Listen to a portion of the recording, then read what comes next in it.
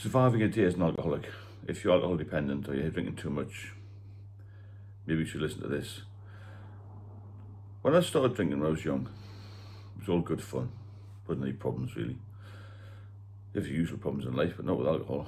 It was a way to party a little bit. Maybe I didn't go mad. I lived in a small Northumberland village, so there wasn't a lot of action, should we say, but there was enough. So you can always find a bit of action if you want to.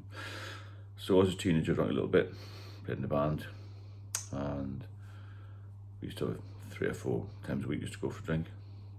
I used to drink with our dad's home brew as well, which was quite strong lager actually. I would love to find out what the strength was back in the day. So as time progressed, I drank a little bit more and became quite a steady drinker in my very late teens, early 20s. I joined the police service and I ended up in London. I was in South London initially, and I noticed people down there drank a lot more. In my eyes, there's a lot more lunchtime drinking in London.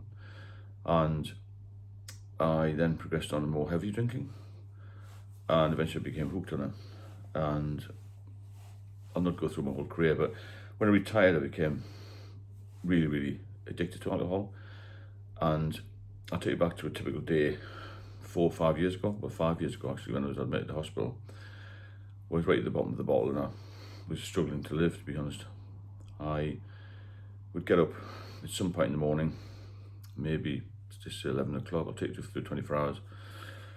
I always have a can of beer by the bed because I used to feel so ill in the morning. I used to need a livener to stop me shaking and make me feel a little bit better. At the time, just physical health had deteriorated. I had ascites fluid, I didn't know what it was, a big distended stomach. Wasn't feeling well at all. I lost a lot of weight, I wasn't eating properly.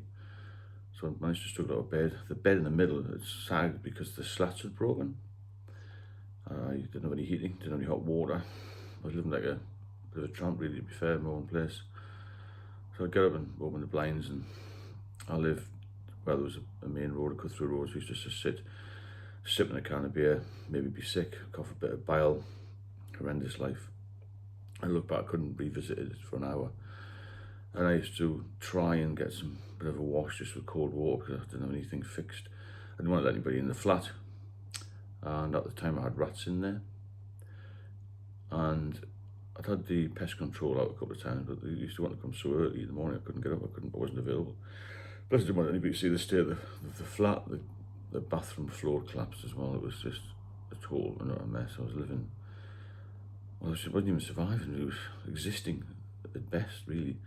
I wasn't eating properly, so I'd drive myself out of bed, try and get a bit more on my face, freshen up a little bit.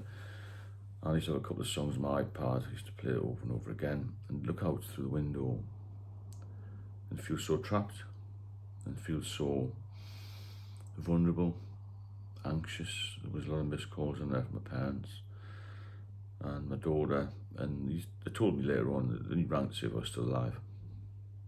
And that was my survival, you know, to see if I was still alive. I didn't have any visitors at the time. Anybody who did come to the door, I just ignored. I was too anxious to open any post, and I was a real mess, a total mess. So I'd try and survive the day. That's all it was, trying to survive the day. Sit for a couple of hours and have a couple more cans of beer. And we drank quite strong lager, like Stella or something. It was hard to get the first 2 or 3 down, because when you're an alcoholic, you shake and you don't feel well. But as any alcoholic will tell you, once you have 2 or 3 drinks, everything settles down a bit. Your nervous system tends to settle down. Your brain gets what it wants, your body gets what it wants. Because prior to that, I tried to stop drinking and I had seizures. Now, I felt as if my life had been destroyed. Well, I'd done it myself in a way, I suppose. And I didn't get that much support from family. They would just stop drinking. They did the best, bless them. And it was a shame. It must have been horrendous for my dad to see me go downhill like that. But he did fortunately see me sober. So I'd sit around for a couple of hours, and then about 4 o'clock, I think I must get out of this place. And I used to pull myself together a little bit, and I used to go down to a local pub where I knew a few other people, heavy drinkers. Always got a taxi, but I felt very unsteady when I walked. So I used to get the taxi to put up in the middle door, where I just sort of pad my way along the wall until I could get a taxi. And somebody would help me in the taxi. I was disabled by the alcohol, to be fair. That's the best way of putting it. I'd drive it out in the pub. I'd didn't even have to say where I was going. There was just an automatic system. So 1, 2, 3, 4, and they know where I was going. I used to go to the local spoons place because I knew a few people in there who would entertain me, I suppose, for a couple of hours. I used to feel the need to get out. And I always had a big supply of alcohol in the flat. I was so frightened of running out. I had slabs and slabs of Stella Lager. I used to use this company called Dial a Drink, and even after a few drinks I was still shaking sometimes in the middle of the night. They would operate between 10 p.m. and 4 a.m. and they would deliver pardon me, to your house, but you used to have to go outside. In the end I couldn't even get outside to receive the drink. I used to get them to bring it in. I couldn't write the check out because I was shaking so much. In the old days we used to use checks. I was just so bad with the alcohol, but they didn't care, obviously, because it's all business, isn't it? It doesn't matter whether I lived or died, as long as they got the money in the bank. Fair enough. So I used to get these slabs delivered, and I was feeling rough all night after I come back from the pub. The pub was just a way of getting out of the house, to be honest, just to show myself I could still get out a little bit. I went down to about 9 stone in weight, and it's very sneaky disease, this alcoholism, because you go from social drinker to moderate to heavy, and then you suddenly slip off the edge of the cliff, fall off the edge of the cliff, and then you're into full-blown active addiction, I would call it. So I'd have the whole night to face now. So I used to put on Talk Sport Radio, listen to a bit of that. I remember this particular night, I don't know why, I'd had some food delivered by a neighbour, and then there was some black pudding and some cheese, and I hadn't eaten for a long time, so I thought, I'll just fry this black pudding up. It's a funny story in a way, but it actually got me to eat a little bit again, because you used to have this Moorish food, but you'd eat rubbish all the time. And then, because I had this bit of food, I started to drink more again. It's a vicious cycle all the time. And I didn't have any sleep that night at all. But I remember listening to this program about fishing called Tight Lines. It was on about 6 o'clock in the morning. The sun was rising. And that night I hadn't had any sleep. Because when you're an alcoholic, you don't sleep properly. You have night sweats, you have strange dreams, you toss and turn.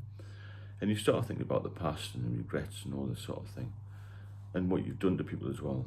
You know, how have you harmed them, how have you harmed yourself? And your whole life, it just becomes one big mess. And some people don't make it. I was very close to dying at that point. I know I was, because when I got to hospital, I was taken to the acute medical ward. I knew I was ill. Even the ambulance crew turned up and said, you know, well, you get you to the hospital straight away. There was no questions asked. There was no, triage in the flat. It was just you were going to hospital, and then they put the blue light and was in the RVI in Newcastle within a few minutes. And then obviously the next couple of years were major procedures. But surviving a day was a long, long process. Now the days fly by. I'm sober, I'm agile, I'm fit, I have a new relationship, I've got lots of contact with my daughter. I travel quite a bit. I still see my mother. Unfortunately, my dad passed away 3 years ago, but he did see me sober, which is good. And my life is fulfilled now. When I was drinking to that level, I wasn't fulfilled at all. I would actually say survival was about the right word. A day in the life of an alcoholic was pure torture. And some people aren't lucky enough to get to where I did. And over 5 years, I've battled it. It's going to be a lifelong battle, because it is alcoholism, to get to a stage where you're sober, confident, I would say.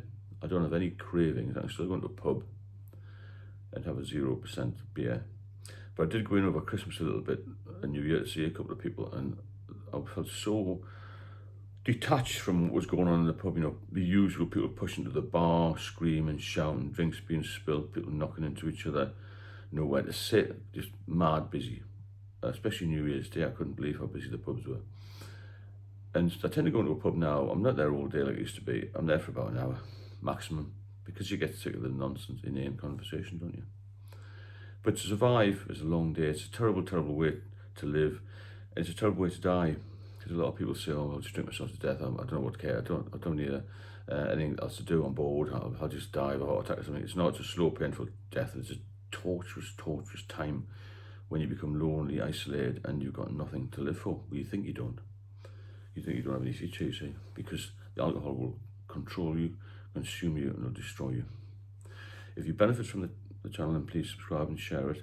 If you have any comments, then please drop me a line, and I'll speak to you all very soon.